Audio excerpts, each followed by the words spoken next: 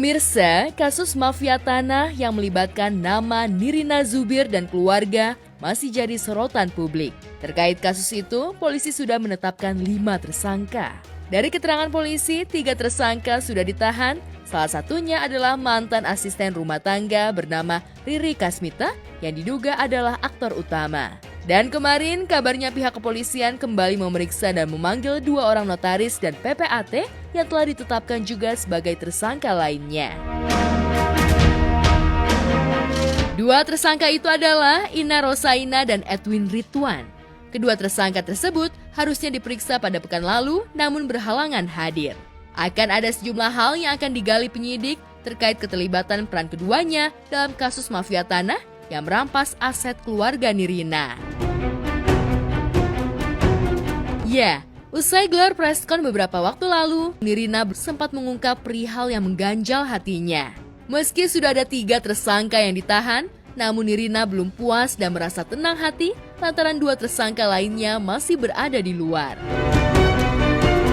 Yang masih menyangkut di hati saya sebenarnya salah satunya adalah masih ada 2 orang notaris atau PPAT yang masih di luar sana. Padahal statusnya juga sudah tersangka, sudah diadakan pemanggilan tapi belum datang, masih melakukan kegiatan. Itu sih yang masih memberatkan saya. Namanya Ina Rosaina, ini adalah PPAT dari Jakarta Barat, juga termasuk pengurus dari Ikatan Notaris Indonesia Jakarta Barat, dan juga ada Erwin siapa ya? Erwin Ridwan. Oh, ada satu lagi juga Erwin Ridwan. Nah, 2 orang ini yang masih istilahnya sudah menjadi tersangka tapi masih berkeliaran tuh buat saya tuh masih kayak ini masih di luar gitu lah. Jadi belum selesai. Walaupun memang sebenarnya ini masih baru langkah awal ya gitu.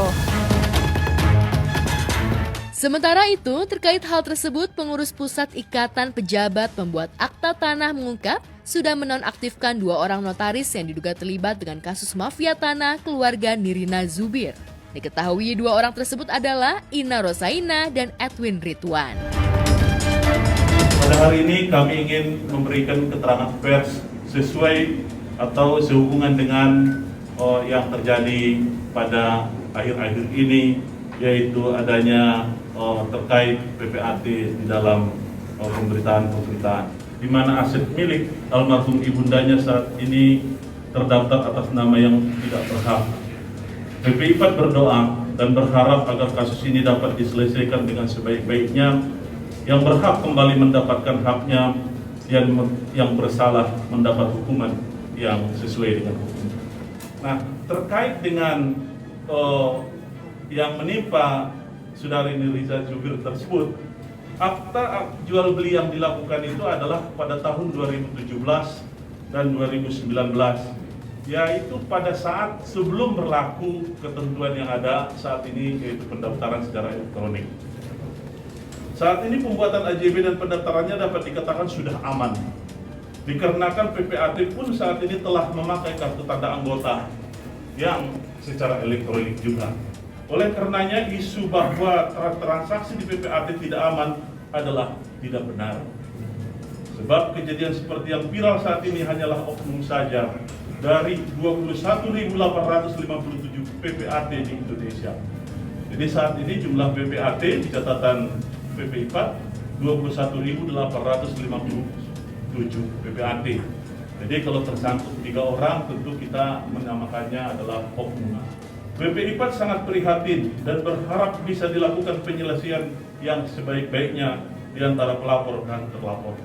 PPIPAT mendukung sepenuhnya upaya pemerintah dan terkhusus Kementerian ATR BPN RI yang telah memberikan pelayanan pendaftaran tanah secara elektronik dan segala usaha yang dilakukan dalam upaya memberantas mafia pertanahan. PPIPAT mendukung sepenuhnya Polda Metro Jaya yang telah menangani masalah ini sampai tuntas dengan mengedepankan asas praduga tidak bersalah.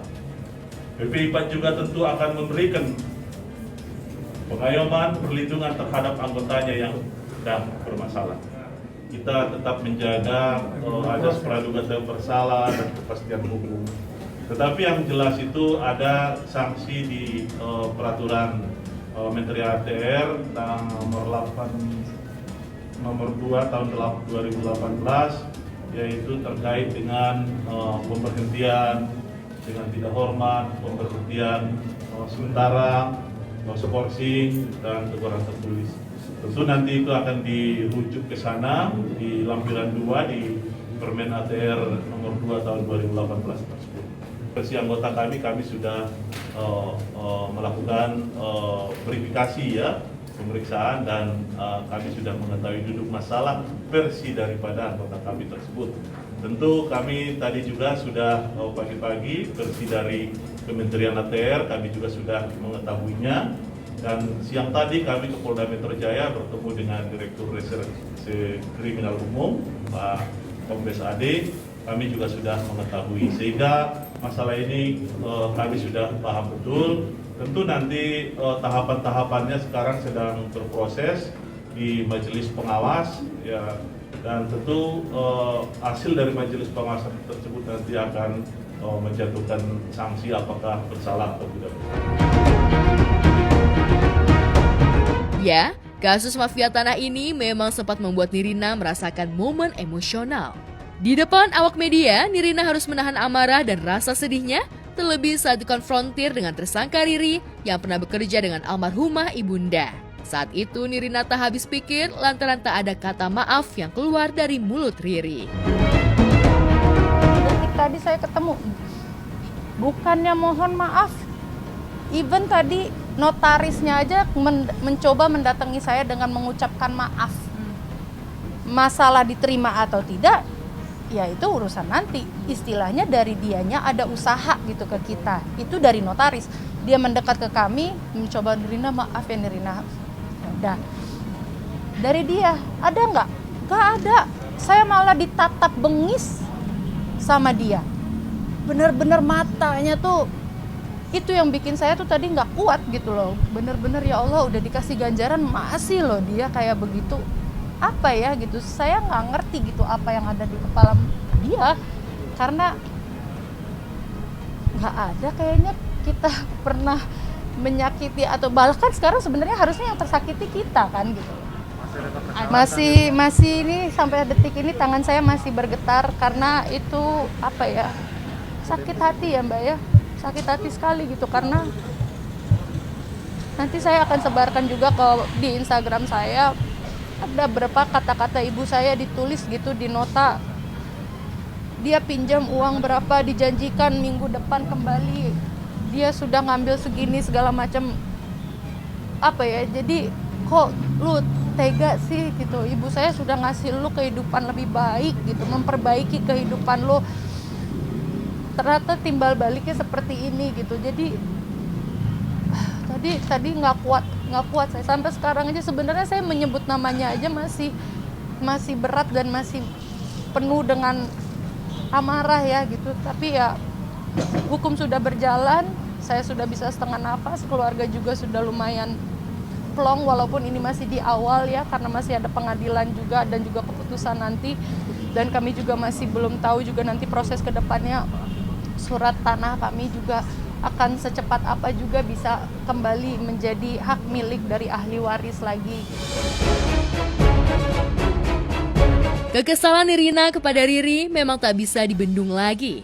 Terkuak pula fakta baru perihal Riri yang ternyata tak hanya menggelapkan sertifikat tanah milik almarhumah ibunya, melainkan Riri juga sering meminjam uang kepada ibunda Nirina yang jumlahnya lumayan banyak. Total utang Riri ternyata selama ini dicatat oleh ibunda Nirina. Catatan mengenai utang Riri itu ditemukan Nirina tak lama setelah sang ibu meninggal dunia pada 2017 lalu. Nirina pun mengunggah catatan tersebut di akun Instagram pribadinya. Dia tuh masih saya kasih kesempatan untuk tinggal di kosan ibu saya tanpa bayaran apapun. Dari awal kami masih ada niatan untuk menyelesaikan ini secara kekeluargaan, itu pun tidak diterima. Itu kayak maksudnya kayak bukan yang nggak diterima, tapi kayak ya dibengisin gitu aja gitu, sampai akhirnya kami nggak tahan. Beberapa bulan kemudian kami kumpulkan informasi, bukti, akhirnya kami meng-hire lawyer dan mengadukan kepada polisi, baru ini semua terjadi gitu. Uang kos-kosannya juga diambil juga, Mbak? Uang kos-kosannya pun diambil, uang kontrakan ibu saya juga diambil.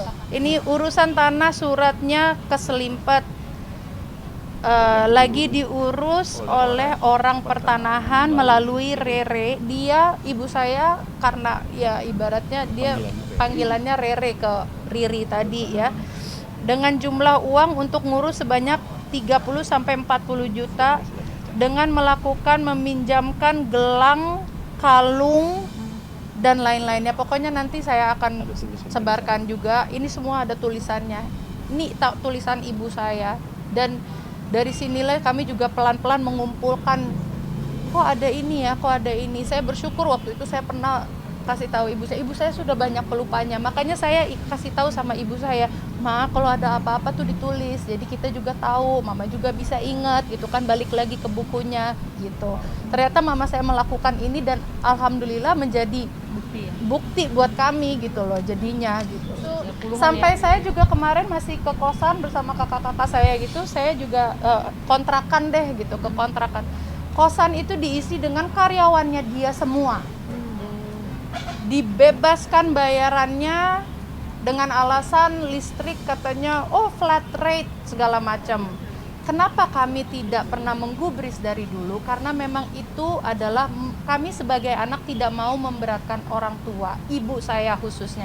Saya menganggap bahwa karena ada orang ini, keuangan ibu saya itu jadi istilahnya jalan dan ibu saya jadi punya pemasukan gitu loh. Dan memang jujur kami tidak ada satupun yang nyangka dan tidak ada pemikiran buruk sedikit pun gitu loh, karena merasa bahwa oke, sepertinya baik-baik saja gitu, nggak apa-apa. Saya datang ke kosan juga ada yang datang, ada yang ngekos segala macam. Kontrakan pun juga sama, ke kita ngakunya bayarannya per bulan berapa, ternyata dari orang yang ngontrak enggak kok, lebih tinggi dari itu. Nah dari itu aja udah jelas, listrik segala macam juga ya, pokoknya banyak pemalsuan di sinilah gitu. Ini adalah salah satu contoh pinjaman uang yang dilakukan oleh saudari Riri Kasmita, 250 juta hanya dengan kwitansi seperti ini saja gitu.